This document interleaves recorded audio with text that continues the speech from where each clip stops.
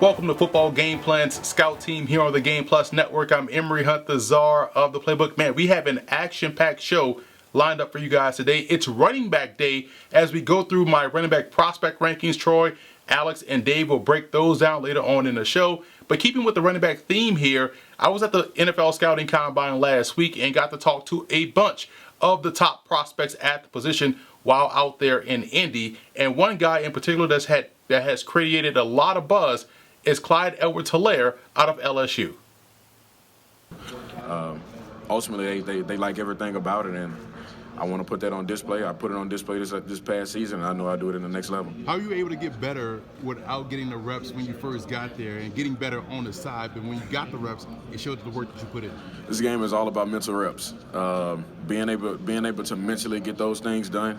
You know, my freshman year was a huge learning curve, but I was able to learn from Darius Geis and Darrell Williams, and ultimately Nick Brossette. Those were the three guys that I was behind. And, you know, even the things at practice, I was getting, they were critiquing me on things, and they weren't even, you know, in the whole the drill that I was in. My sophomore year, I was able to get some quality touches, and then I touched the ball in some real intense games my sophomore year. So ultimately, everything was behind the scenes as far as my growth, especially this past summer and the summer before. I kind of honed in on the things that I needed to work on, from film study all the way into, you know, in-game adjustments was something that I prided myself on. I think people underestimate your ability as a pass protector. Is that something that you worked on behind the scenes as well? Because you know running backs, they get a bad rep as far as blocking, but it's all about knowing who to block as opposed to being able to.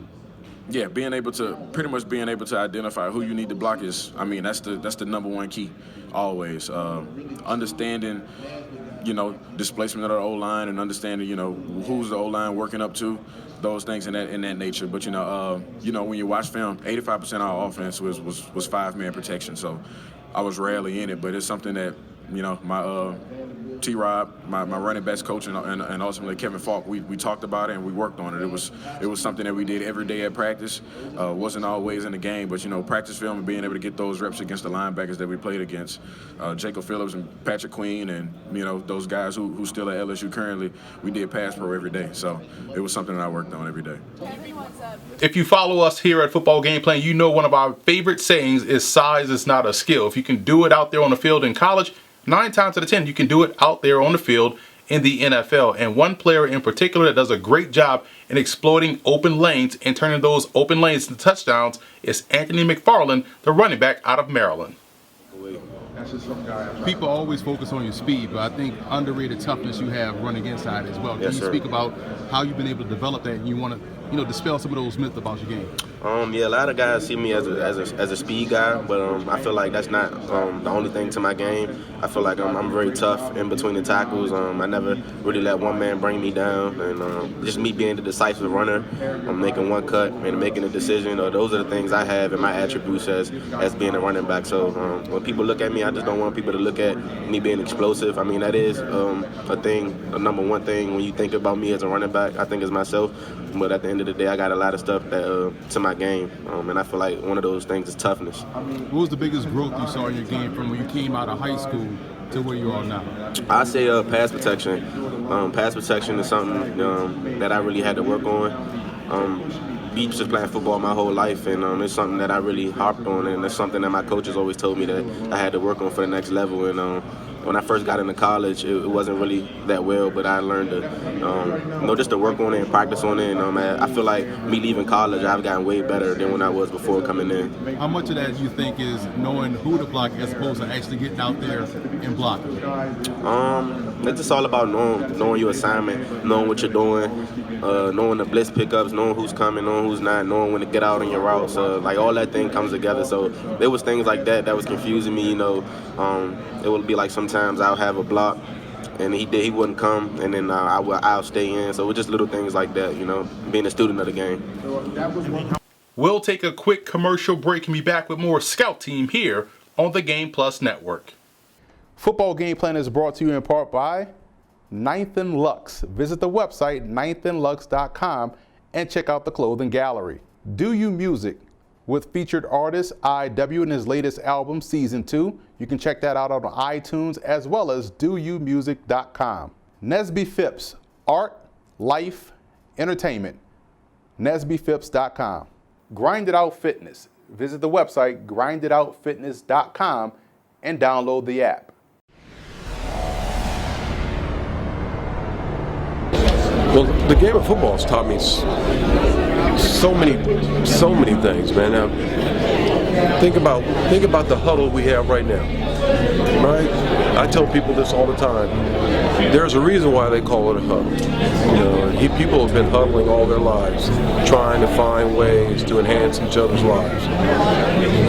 The great teams do that all the time. The great teams do that. The better the huddle, the better the team. And so it's simple, man, how if you huddle for all the right reasons, we wouldn't have Ferguson. We wouldn't have some of the challenges that we have in our society. But as we all know, there's always a moment when somebody doesn't belong in the huddle. And yet we have to continue to move on. We got to continue to play. So the game of life, man, is always starting with a huddle. And for me, I'm lucky enough to know that, by the graces of God, man, it's been a nice huddle. It's been a nice huddle. And if I just keep making sure that he's in front of me, I'm gonna be all right.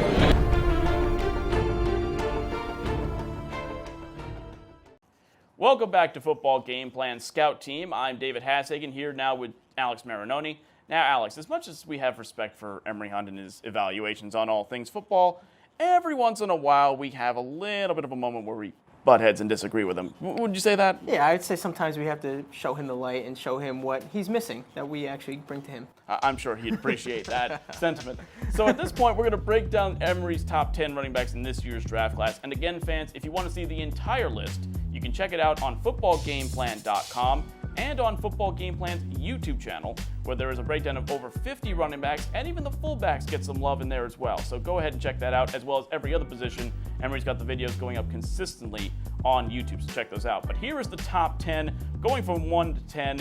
DeAndre Swift in at number 1 from Georgia, J.K. Dobbins from Ohio State, Jonathan Taylor there from Wisconsin, Clyde Edwards-Helaire from LSU, Cam Akers from Florida State, Anthony McFarland Jr. from Maryland, A.J. Dillon from Boston College, Benny LeMay from Charlotte, Eno Benjamin from Arizona State, and Darius Anderson from TCU. So, Alex, let's start with this top 10.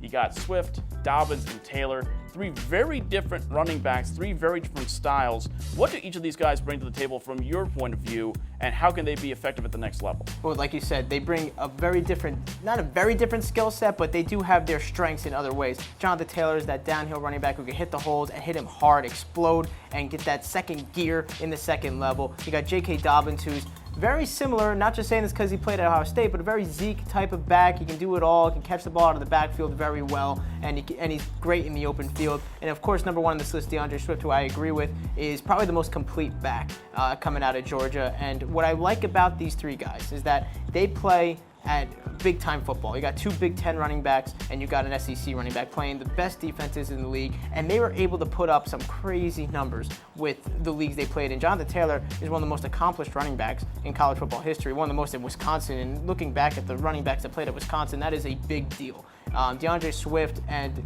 J.K. Dobbins also putting up some big-time numbers over their careers. So these are guys that have played a number of years, who played behind some great running backs, so they've learned a lot coming in, and they've just been able to make their way to the top 3, which is no surprise. And obviously you talked about the Big Ten versus the SEC. Big Ten known for that running back play, very much the downhill, powerful running, got great offensive lines in that league, very much NFL-ready offensive lines.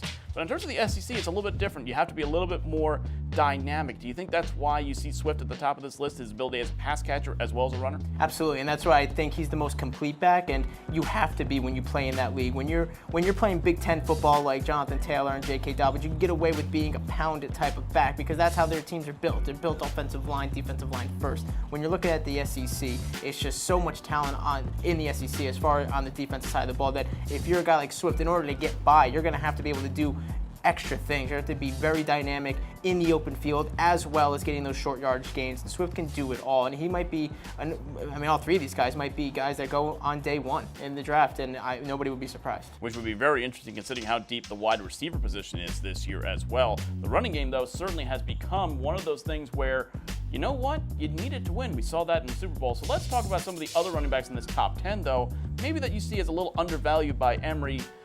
Are there any guys that jump off the stat sheet that you think they may be a little bit higher? Maybe could be a second-round guy or a second-day guy at least? He has him at number 4, so it's not too much of a hit, but Clyde Edwards-Helaire can definitely be talked about in this top 3. This is a guy who played on one of the most explosive offenses in football this year, probably the most explosive in LSU history, and he was a big piece for that. And throughout the season, in some of those close games, you saw Edwards-Helaire really take over the games when the offense seemed to struggle a little bit in the passing game. Not that Burrow struggled a lot, but when there was a little bit of stagnant offensive play, Helaire was that guy on making catches out of the backfield, which is very underrated for, and putting his head down and getting the extra yardage. It's something, he was even working out as a receiver. Some people had him working out there in the combine because of what he was able to do in that offense with LSU. This is a guy that I could also see going day one, and definitely, if not day one, day two. And definitely bailing out Joe Burrow with those throws coming out of his tiny hands. Obviously, that was the major issue here. But let's talk about a guy like A.J. Dillon coming out of Boston College. Again, ACC, you mostly think about Clemson in terms of running backs, maybe Georgia Tech back in the triple option days, but A.J. Dillon has been a stalwart in the Northeast where he's kind of gone under the radar. Really good player, though, for the BC Eagles. Absolutely. He's a guy that when you think about BC, like you said, you're not really thinking of the big-time players. You're looking at, like we said, the SEC, the Big Ten, for all these big-time players that come out. A guy like A.J. Dillon, and what he was able to do was just great this year. Over his career, Dillon is, this year, went 1,600 rushing yards, couple hundred yards in the passing game, a number of touchdowns. The guy was this offense at times, and it's no surprise to see him here in the top 10. And now we get to talk about our favorite subject, when Emery is wrong. Who in this list is too high, in your opinion, to maybe either slide down this top 10 a little bit or drop out of it altogether? I see the talent that he's talking about with a guy like Anthony McFarland, but his second year there at school, it looked like he just didn't do enough on the field. In 11 games, not even getting to 1,000 total scrimmage yards. I could see a little bit of a stretch. You could see where Emery's looking at the talent here, but there's definitely more accomplished guys who've seen more football that might be able to impact the team right away and be a better impact player for an NFL team or XFL team, for that matter, at the next level sooner than a guy like McFarland. And McFarland, obviously, his freshman year, he had a much better year last year. Not really what you would expect for a guy who's going to declare early to come out, but it is what it is. And you look down this list, and it's weird with how this draft has been talked about. It's the quarterback position, obviously. It's the wide receiver position. Even linemen are getting more talk than running backs. How many of these guys do you think could go on day one in the first round? Because it sounds like wide receivers are going to be a dime a dozen. Yeah, it looks like because of that, because the receiver class is so deep. This is a very deep draft this year. Normally, it was only a couple years ago where when Zeke went in the first round, people were losing their minds that you would take a running back in the first round. So it is a little interesting to see that we're talking about it more now. I definitely see 3, and like I said, I would not be surprised if a guy like Edwards-Helaire makes it at the back end of a first round to a team that could use that, has all the pieces, but could use that dynamic running back out of the backfield who could kind of do it all for you. Wouldn't be surprised to see Edwards-Helaire make it, but overall, I think you're going to see 3. It could be interesting. Maybe San Francisco might take a chance on that pick next to last in the first round. It'll be interesting to watch. When we come back here on Football Game Plan Scout Team, we're going to have Alex and Troy breaking down who are the biggest movers in terms of the scouting combine. And we'll talk about all the other big topics around the running back position for the 2020 NFL Draft. Football Game Plan is brought to you in part by Financial Coaching LLC, Investment, Retirement, Security, Stewardship Credit. Financial growth is in your hands. StewardshipCredit.com. Adrienne Marie Photo, photographer, writer, management. AdrienneMariePhotography.com. Lock Multimedia. Welcome back to Scout Team. Alongside Troy Anthony, I'm Alex Marinoni, and we're going to talk to you guys now about the guys in the combine as far as running backs who may have helped themselves and who may have hurt themselves come draft day. So for Troy, who's the guy that may have hurt himself going into the draft because of the combine? Well, it's hard to tell who really hurt themselves based on the numbers, but one guy I was surprised with his 40 is Edwards Hilaire out of LSU. When I'm watching him on tape, he looks to really explode through the line, and he had some breakaway runs as well as receptions this season. But to see that he only ran a 4.6 40 was truly surprising to me.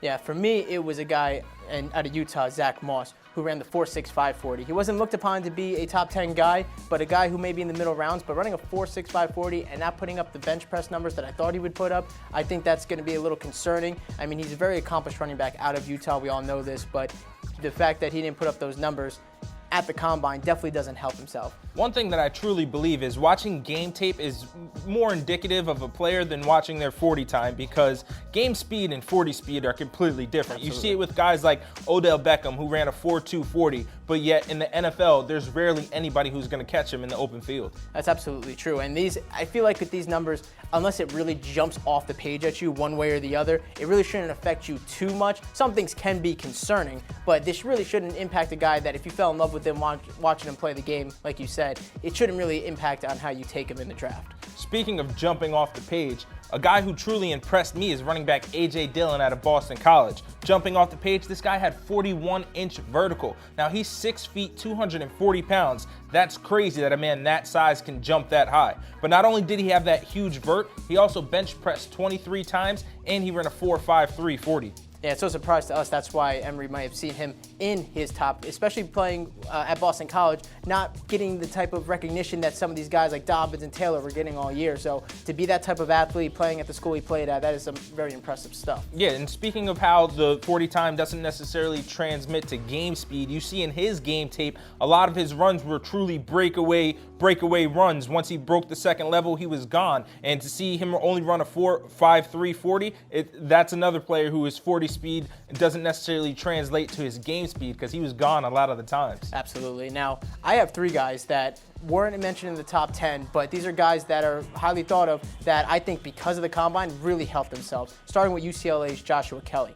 Joshua Kelly came into this as a guy who, well-known running back out of UCLA, but he put up numbers in the combine that I thought were pretty astronomical. He put up 23 reps on the bench, so you're thinking that's a big dude. He's probably just a stocky guy, but then he puts up the 4.48 40, which is very impressive. And mixing that in, that's the type of numbers that shows a very deep class. Those are guys that you would expect to go in the first, second rounds, and you're talking about a guy who looked at that in the middle rounds. So to put up those kinds of numbers shows you that if you're an NFL team and you've got some other pieces to work out, you could get a guy who could be just as valuable as some of these top 5, 6 guys later in the draft. Yeah, I mean, this draft is all talked about, the offensive linemen, how deep it is, the wide receivers, how deep it is. There are a lot of solid running backs in this class that could be taken day 2 or 3 that are going to be fighting for starting jobs. Absolutely. And another guy I thought really jumped out of the page, very similar numbers, Raymond Calais. Raymond Calais from Louisiana Lafayette, a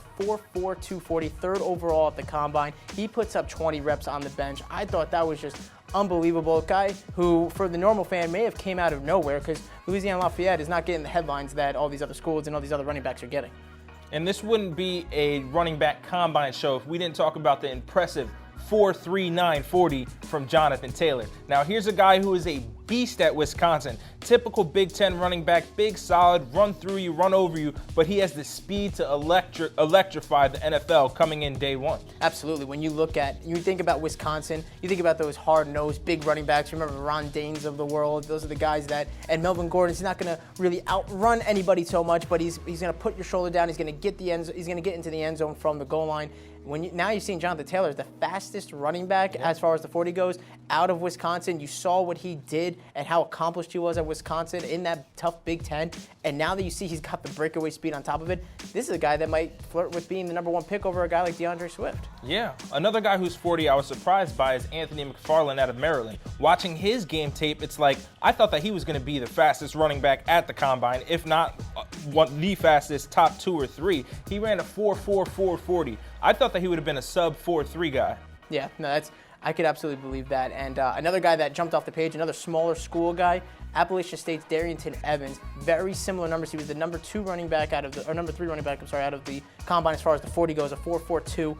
and he also puts up 20 punches on the reps. I'm a big bench press guy. If you have the strength and you can complete that with the breakaway speed, these are guys that you could find similar type body type. Maybe they just need a little bit more coaching that as far as actual running back play, but if this is something you can work with as a team, you could take these guys in the 4th, 5th round, maybe even higher.